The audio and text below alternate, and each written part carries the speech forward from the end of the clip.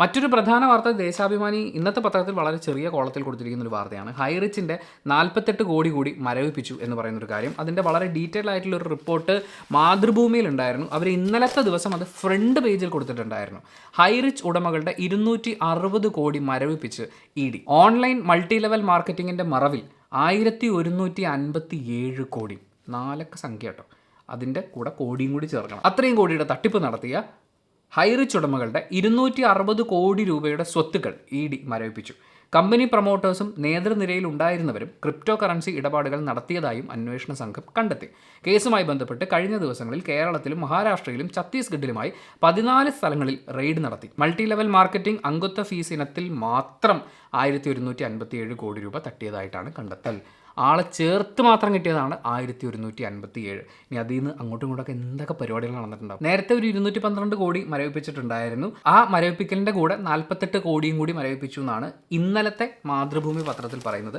ദേശാഭിമാനി ഇന്നാണ് അത് റിപ്പോർട്ട് ചെയ്യുന്നത്. 48 കോടി കൂടി മരവിപ്പിച്ചു എന്ന് പറയുന്നത്. കേരളത്തിലുണ്ടല്ലോ, നമുക്ക് ഇവർ മെയിനായിട്ടും ടാർഗറ്റ് ചെയ്യുന്നത് എനിക്ക് ഫീൽ ചെയ്തിട്ടുള്ളത് പഠിക്കുന്ന ആളുകൾ, ഒരു ജോലിയൊക്കെ ചെയ്ത് തുടങ്ങുന്ന ആ ഒരു സ്റ്റേജിൽ. അപ്പം നമുക്ക് വലിയൊരു ലൈഫ് സ്റ്റൈൽ വേണം, ജീവിതം പെട്ടെന്നൊരു കരക്കെത്തിക്കണം എന്നൊക്കെ പറയുന്ന പോലത്തെ ആഗ്രഹങ്ങളും സ്വപ്നങ്ങളൊക്കെ ഉണ്ടാവും. പെട്ടെന്ന് പൈസ ഉണ്ടാക്കണമെന്ന് ആഗ്രഹമുള്ള ആളുകളെയൊക്കെ പറഞ്ഞ് വഞ്ചിക്കാൻ എളുപ്പമാണ്. കാരണം വളരെ അൺറിയൽ ആയിട്ടുള്ളൊരു സ്വപ്നം നമ്മൾ കണ്ടുകൊണ്ടിരിക്കുമ്പോൾ അൺറിയൽ ആയിട്ടുള്ളൊരു കാര്യം നമ്മളെ പറഞ്ഞ് കൺവിൻസ് ചെയ്യാൻ എളുപ്പമാണ്. നമ്മുടെ ജീവിതത്തെക്കുറിച്ച്, ഫ്യൂച്ചറിനെക്കുറിച്ച് കൃത്യമായ പ്ലാൻ ഉണ്ടെങ്കിൽ നിങ്ങൾക്ക് 10,000 രൂപ കിട്ടുമ്പോൾ 1000 രൂപ ഞാനിപ്പോൾ സേവ് ചെയ്യുന്നു, അടുത്തൊരു 5 വർഷത്തിനുള്ളിൽ ഞാൻ ഇത്ര രൂപ ഉണ്ടാക്കും, ഞാനത് ഇങ്ങനെ ഇൻവെസ്റ്റ് ചെയ്യും എന്നൊക്കെ പറയുന്ന കൃത്യമായ പ്ലാനിങ്ങിന് പകരം കുറച്ച് നാളും കൂടി കഴിഞ്ഞിട്ട് വേണം ഒരു ബെൻസ് എടുക്കാൻ എന്ന് വെറുതെ അങ്ങ് ബ്ലെൻഡായിട്ട് ആലോചിക്കുക, സ്വപ്നം കാണുക എന്ന് പറയുന്നത് അത് വളരെ മോശമായിട്ടുള്ളൊരു കാര്യമാണ്. ഞാൻ അങ്ങനെ സ്വപ്നം കണ്ടിരുന്ന ഒരാളാണ്. എന്നെ ഇതുപോലെ മൾട്ടി ലെവൽ മാർക്കറ്റിംഗുകാർ പറ്റിച്ചിട്ടുള്ളതാണ്.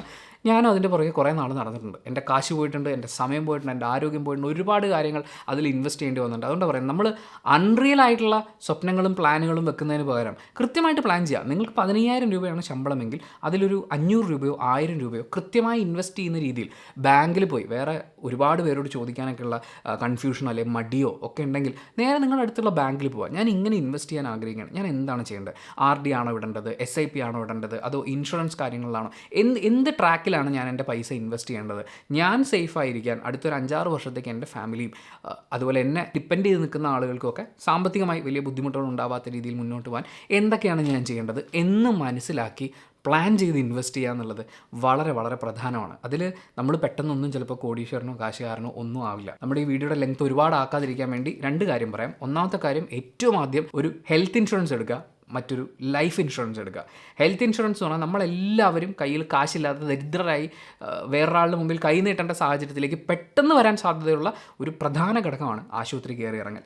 ആ സമയത്ത് കാശില്ല എന്ന് പറഞ്ഞാൽ നമുക്ക് വേറെ ഓപ്ഷൻ ഇല്ല. മറ്റേത് കാര്യവും നമുക്ക് പിന്നത്തേക്ക് വെക്കാം, കാശ് കുറച്ച് കഴിഞ്ഞിട്ട് തരാം, ഇനി ഒന്നും അല്ലെങ്കിൽ കാശ് കൊടുക്കാതെ നാട് വിട്ടു പോകാം. പക്ഷേ ആശുപത്രി കേസ് നമുക്കോ നമ്മുടെ കുടുംബത്തിലോ ഒരാൾക്ക് വന്നു കഴിഞ്ഞാൽ നമുക്ക് കളഞ്ഞിട്ട് പോകാൻ പറ്റില്ല, നമ്മളവിടെ കടം കയറിപ്പോവും. അപ്പോൾ ഹെൽത്ത് ഇൻഷുറൻസ് ഉണ്ടെങ്കിൽ വലിയൊരു പരിധി വരെ, ഒരുപക്ഷെ 5 പൈസ ചിലവില്ലാതെ നമുക്ക് ചിലപ്പോൾ ആശുപത്രിയിൽ നിന്ന് ഇറങ്ങാൻ പറ്റും. പിന്നെ ലൈഫ് ഇൻഷുറൻസ്, നമുക്ക് വല്ലതും പറ്റിപ്പോയാൽ പെർമനൻ്റ്ലി ബെഡ് റിഡൻ ആയിപ്പോയി കഴിഞ്ഞാൽ നമ്മുടെ കുടുംബം സേഫായിട്ട് മുന്നോട്ട് പോകണ്ടേ? അറ്റ്ലീസ്റ്റ് നമുക്ക് കഞ്ഞി പിടിച്ച് കഴിയണ്ടേ? അങ്ങനെ ഈ കാര്യങ്ങൾ മെയിനായിട്ട് നോക്കുക. 2, ഒരു ഇൻവെസ്റ്റ്മെൻറ്റ് തുടങ്ങുക. നിങ്ങളുടെ 20-ാം വയസ്സിലോ 18-ാം വയസ്സിലോ അത് നിങ്ങൾക്ക് തുടങ്ങാൻ പറ്റുകയാണെങ്കിൽ that is the best thing. ഇനി 45 വയസ്സായിട്ടുണ്ടെങ്കിലും ഇപ്പോഴും തുടങ്ങാം, 55 വയസ്സായിട്ടുണ്ടെങ്കിൽ ഇപ്പോഴും തുടങ്ങാം.